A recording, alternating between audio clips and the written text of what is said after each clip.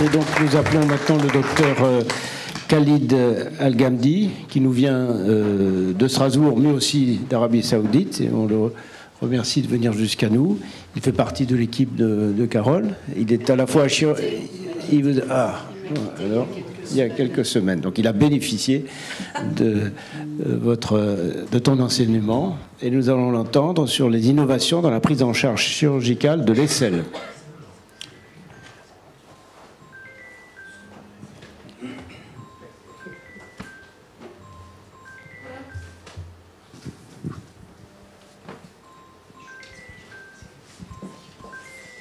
Bonjour à toutes et à tous. Je suis très content d'être avec vous aujourd'hui, de parler d'un sujet qui est assez important en ce moment, sur l'innovation de la prise en charge de croix axillaire. Voilà, c'est le plan de ma présentation. On va commencer, comme vous savez. Le cancer de sein, c'est le cancer responsable le premier cancer qui est responsable de mortalité en France. Et les métastases ganglionnaires, c'est toujours un facteur prognostique. Et en ce moment, l'évaluation radiologique de ganglions axillaires est très importante. Et grâce à cette innovation, on a beaucoup de changements de la prise en charge. Et récemment, on a beaucoup d'avancées de les techniques thérapeutiques, soit chirurgicales, soit non chirurgicales, comme on va discuter tout à l'heure. Un petit rappel anatomique, la première impression qu'on a quand on regarde cette image, que le croix axillaire il a une anatomie qui est assez complexe. On a beaucoup des éléments nobles, on a beaucoup de vaisseaux vasculaires, on a beaucoup de nerfs, on a beaucoup de muscles. Et le chirurgie de croix axillaire, c'est pas assez simple. Et comme vous savez, on a 3 niveaux de ganglions axillaires, selon Leuberg. Et qu'est-ce que nous concerne actuellement pour le fait de curage axillaire, c'est les niveaux 1 et niveau 2. Et je pense qu'on a déjà discuté ça tout à l'heure, l'évolution de la pratique chirurgicale. Dans les blocs, on fait un traitement radical, ça veut dire qu'on fait une mastectomie totale avec un curage axillaire, même si pour une tumeur de 1 cm. Et grâce à ces cliniques récemment, on a une évolution et depuis 20 ans, en fait, on a plusieurs essais cliniques qui concernent le ganglion sentinelle. Pourquoi on fait une ganglion sentinelle? Le curage axillaire, c'était les techniques chirurgicales de référence pendant plusieurs années pour avoir un stade de cancer et pour avoir un traitement adapté aussi de cancer. Sauf actuellement, on a le ganglion sentinelle, surtout pour diminuer la morbidité de curage axillaire et faire une réduction de l'emphédème. Donc, en cynologie, on a un essai clinique qui est assez connu dans tout le monde. C'est le trial ZOO11. En fait, c'est un essai clinique qui a été publié en 2011 et après en 2017 qui concerne les petites tumeurs à moins de 2 cm. Avec un N0 cliniquement, avec une ganglion sentinelle 1 ou 2 positif. Est-ce qu'on fait un curage axillaire ou est-ce qu'on peut faire juste une radiothérapie et on reste comme ça? Cette essai clinique montre qu'il n'y a aucun différent concernant le récidive local et aussi le surveil global. Et un autre essai clinique qui était sur le patient ayant une micrométastase ganglionnaire après le ganglion sentinelle. Est-ce qu'on fait un curage ou juste un ganglion sentinelle? Cet essai clinique, elle montre une faible incidence d'un récidive loco-original. Donc, on a plusieurs essais cliniques qui ont changé radicalement la pratique clinique de croix axillaire pour éviter un curage axillaire complète et complémentaire. Et aussi pour réduire les complications chirurgicales sont en fait sur le surveil global et aussi pour augmenter les qualités de vie de patientes. Et actuellement, on est en 2023, l'impact du status ganglionnaire axillaire sur le prognostic est moins important. Ça, c'est grâce à les traitements adjuvants, en fait, qui est plus et plus adapté sur les caractéristiques de la cancer, en fait. On a les marqueurs immunohistochimie, on a les signatures moléculaires, etc.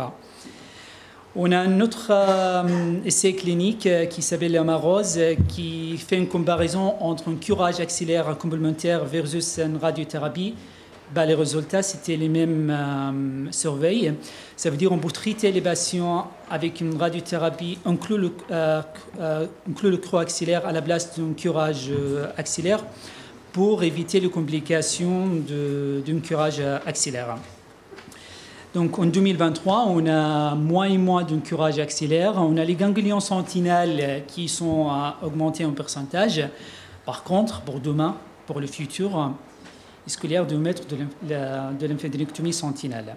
Parce qu'on arrive au moment qu'on ne fait pas de stadification axillaire. Et pour ça, on avait une étude qui était récemment publiée il y a 2 mois en JAMA. C'est le Sound Trial. Ils ont pris 1400 patients qui ont un cancer de sein 2 cm au moins. Ils ont fait une étude randomisée. Un groupe, on fait un ganglion sentinelle, et un groupe, on fait pas de ganglion sentinelle.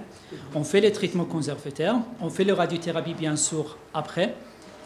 Et les premiers résultats, après 5 ans, ils ont montré qu'il n'y a aucune différence qui concerne le surveil global. Ça reste une limitation parce qu'on est à 5 ans après l'étude, donc on attend 10 ans. Mais c'est juste pour montrer une idée, ce sera quoi le futur en fait. Donc on peut opérer un cancer de sein sans toucher le creux axillaire. On a aussi plusieurs essais cliniques concernant les traitements post-néoadjuvants, surtout pour les patients ayant un triple négatif récepteur, un HR2 positif. Souvent, c'est les patients qui sont bonne réponse après les traitements adjuvants. Chez les patients qui ont une bonne réponse radiologique, on s'en fait une comparaison. Est-ce qu'on fait une ganglion sentinelle ou on ne fait rien? On attend. Cette essai clinique débuté il y a 3 ans et on attend les résultats. C'est quoi les recommandations actuelles en France? Bien sûr, on fait les ganglions sentinelles pour tous les tumeurs avec un N0 cliniquement. On fait les curages axillaires d'emblée chez les patients qui sont plusieurs ganglions suspects ou un seul ganglion suspect mais qui ne sont pas inclus dans les trials Z11. On fait les curages axillaires aussi si on n'arrive pas de faire le ganglion sentinelle. Si on a un ganglion sentinelle positif avec une macrométastase et une rupture capsulaire aussi. Et maintenant, je parle sur la méthode innovante de la creux axillaire. On parle d'abord sur la méthode diagnostique. Comme vous savez, on a les mammographies, on a l'échographie, on a l'IRM. Sauf actuellement, grâce à la technologie, en fait, on a plusieurs méthodes diagnostiques, comme les IRM avec l'infographie, comme les supramagnetic iron oxide enhanced magnetic resonance imaging, et comme les IRM avec les diffusions. Et grâce à cette méthode, en fait, on peut faire le repérage déjà pour les ganglions sentinelles et on peut avoir une idée et une prédiction sur l'état du ganglion sentinelle et est-ce que c'est positif ou non sans faire les biopsies. Et concernant les méthodes thérapeutiques et chirurgicales de la creux axillaire, on a maintenant une technique qui s'appelle Targeted Axillary Dissection. Ça veut dire qu'on fait un repérage pour les ganglions qui sont positifs. Ça veut dire qu'on a un ganglion qui est positif à la biopsie. Tout de suite, on met une clip dans les ganglions. On fait les traitements adjuvants, néoadjuvants ou non. Et après, on fait une Targeted Dissection. Ça veut dire on prélève juste les ganglions qui sont clippés avec les ganglions sentinelles. Sauf, malheureusement, on a une donnée limitée sur ces résultats cliniques. Le taux faux négatif, c'est entre 5 et 6%. Et c'est juste pour le stade N1. On a aussi le curage axillaire par voie robotique. C'est tout à fait faisable. On a une étude très limitée. Bien sûr, il y a une augmentation de temps de bloc opératoire et aussi le prix de chirurgie. Et le taille d'incision, ça reste toujours la même taille d'incision si on fait une chirurgie par rapport à direct. Ce qui est très intéressant aussi en ce moment, c'est qu'on fait les chirurgies par une simulation visuelle, surtout pour les patients qui sont déjà opérés dans les creux axillaires, les patients qui sont déjà bénéficiés d'une radiothérapie. C'est toujours challenging de faire un geste axillaire, mais grâce à la technologie, grâce à la scanner, on fait les 3D de construction. pour nous guider pendant l'intervention chirurgicale, mais ça reste une intervention chirurgicale vidéoscopie. On va discuter tout à l'heure pour ça. Concernant les complications de la curage axillaire, les premières complications qu'on vous a fait, c'est le lymphodème. Actuellement, comme il y a un papier récemment qui a été publié en 2023, concernant l'anastomose lymphaticoveineuse, ils ont pris 46 patients opérés d'un curage axillaire, randomisés avec une anastomose lymphaticoveineuse et sans anastomose. Dans les groupes qui sont bénéficiés de cette anastomose, on a un lymphodème qui est 4,3% versus 30% à 18 mois. Donc c'est une intervention chirurgicale qui est assez utile. Et à l'équipe de Strasbourg, quand je commençais de travailler avec professeur Matla, le curage axillaire, c'était un challenging pour moi en fait. Comment je peux avoir un curage axillaire? On a cherché dans la littérature en fait, c'est montré, on doit éviter de toucher les nerfs de dentelé, on doit éviter de toucher le veine axillaire, etc. Mais comment on peut faire ça? Jusqu'à actuellement, il n'y a pas de technique qui décrit le curage axillaire sur la littérature. Et nous, on a monté une technique qui s'appelle une G-inverted technique de faire le curage axillaire pour aider surtout les jeunes chirurgiens. Ça veut dire on fait les curages dans cette manière. On commence par repérer le nerf de dentelé, puis le muscle de dentelé, puis les limites inférieures de curage, c'est le de l'anastomose vasculaire. Puis on monte sur le pédicule scapulaire. Puis on arrive de la limite supérieure sur le curage, c'est le veine axillaire. Et on finit par checker l'espace de rotaire. Donc on doit repérer les limons nobles avant de commencer les curages. Et quand on arrive à ce moment, on peut commencer de prélever le ganglion. Donc on a fait une étude sur 157 malades qui sont bénéficiés de cette technique qui s'appelle G-inverted technique. Et on a fait une évaluation à 6 mois et à 42 mois. Donc on n'a aucun récidive axillaire qui était observé. On n'avait aucune complication neurovasculaire qui était observée aussi. Donc notre objectif d'avoir un critical view of safety. Quand on fait une cholécystectomie par célioscopie, on sait qu'on a un critical view of safety. On doit disséquer les calottes le triangle de calotte avant de disséquer le duct cystique et l'artère cystique. C'est le même aspect ici. On aimerait bien d'avoir un critical view of safety avant de commencer de faire un curage. N'importe si les patients étaient déjà opérés ou non, n'importe les degrés de difficulté en fait de l'intervention. Et pour finir, est-ce qu'on a de implications de l'intelligence artificielle dans le status ganglionnaire axillaire? Pour répondre tout de suite, oui. On a beaucoup de recherches dans tout le monde et on a à Strasbourg aussi, on travaille dans notre service sur 2 gros projets sur l'évaluation radiologique et fait la corrélation grâce à l'intelligence artificielle avec le résultat histopathologique pour faire une prédiction en fait sur l'état ganglionnaire après le chirurgie. Donc, l'intelligence artificielle et le méthode diagnostique, oui, ça existe maintenant. Il y a certaines équipes dans plusieurs pays qui ont déjà utilisé ça. Et la deuxième question, est-ce qu'on peut utiliser l'intelligence artificielle au bloc opératoire? Ça, c'est un challenging, en fait, jusqu'à 2023. Le coaxillaire, c'est un peu particulier. C'est pas comme le gynéco, le chirurgien, qu'on fait un robot, qu'on a une image et on fait un repérage par l'image. C'est pas comme les neurochir qu'on fait par les microchirurgies. C'est un abord direct. Donc, on a les 3D IRM. Par contre, on a moins et moins de vidéo-images. On peut fusionner les vidéo-images avec le 3D IRM pour avoir une réalité augmentée. Et puis après, on fait les chirurgies guidées par l'image. Donc, c'est ça le futur. Donc, l'avenir, l'évolution axillaire de maladies cancéreuses, elle reste toujours, malgré tout l'avancement. Et je vous rappelle, les réponses de la dépistage en France, c'est 50%. Ça veut dire, malheureusement, on a beaucoup de cas qui viennent avec un stade avancé, qui ont besoin d'une chirurgie de croix axillaire, de compression, ou etc. Des traitements de lymphodème, c'est un traitement très important, comme les greffes ganglionnaires, pour améliorer la qualité de vie du patient. Et les changements des indications chirurgicales avec un temps ganglionnaire ont beaucoup changé. Donc, on va arriver en ce moment avec une chirurgie mini-invasive. Et les dernières d'abord, nous visons à offrir un traitement optimal, bas de tous ces traitements et aussi bas sur traitement. Chaque avancée de le traitement de cancer du sein nécessite une évaluation particulière. On a besoin au moins de 10 ans pour voir le surveil global.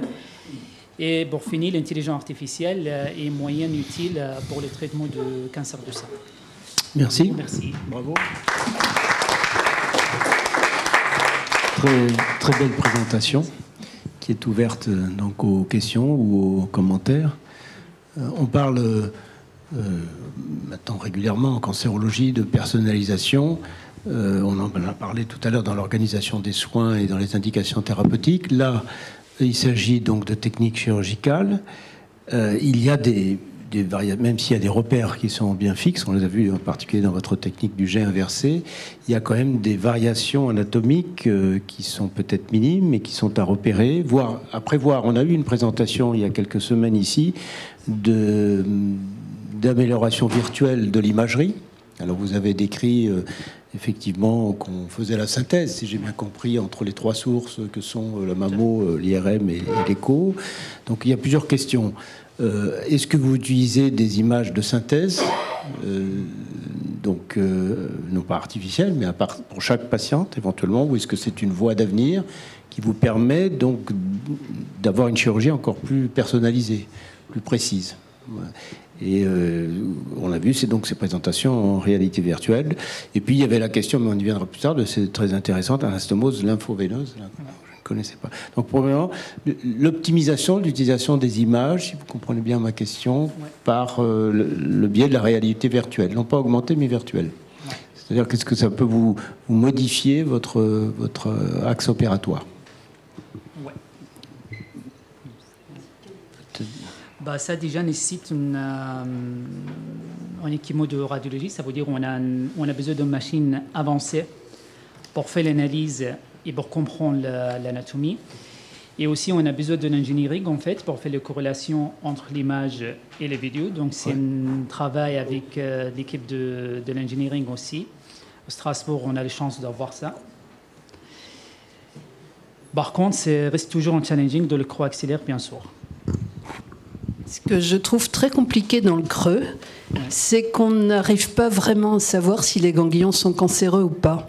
Oui, il y en a qui sont typiques, ils ont une corticale épaisse, il n'y a pas de doute qu'ils vont être cancéreux. Mais c'est très difficile sur un creux axillaire qui comporte une trentaine de ganglions de savoir exactement où sont les cellules cancéreuses. En trouver un, c'est assez facile, 2 ou 3, mais avoir une vue très globale de ces 30 ou 35 ganglions, c'est archi compliqué.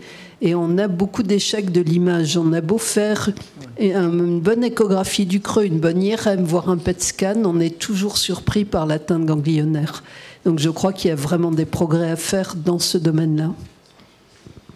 Des questions? Oui. Oui, pour suivre cette question, pour le repérage du ganglion sentinelle, donc apparemment vous avez abordé plusieurs techniques, je crois, la lymphographie ou la scintigraphie. Quelle est la meilleure technique? Et y a-t-il un problème de timing entre le moment où l'examen préopératoire est réalisé et le moment où on doit aller rechercher le ganglion sentinelle, par exemple dans le cadre d'une scintigraphie, et dans le cadre de l'organisation du bloc opératoire, dans le cadre d'une scintigraphie, êtes-vous organisé justement pour arriver à temps pour repérer justement le ganglion sentinelle? Nous, à Strasbourg, on a 3 moyens pour faire le repérage de ganglion sentinelle. On fait les scintigraphies, bien sûr, la veille de l'intervention. On a un bon service de médecine oculaire, donc on fait la veille, souvent.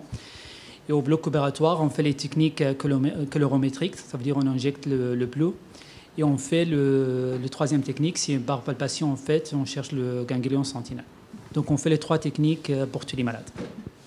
Pour répondre à la question des colloïdes, on utilise soit du sulfure de rhénium, soit de l'albumine avec du technétium, dont la demi-vie est de 6 heures. Ça veut dire qu'au bout de 10 demi-vies, on n'en a plus. Au-delà de 60 heures, il ne faut pas essayer de le trouver, il n'y en aura plus.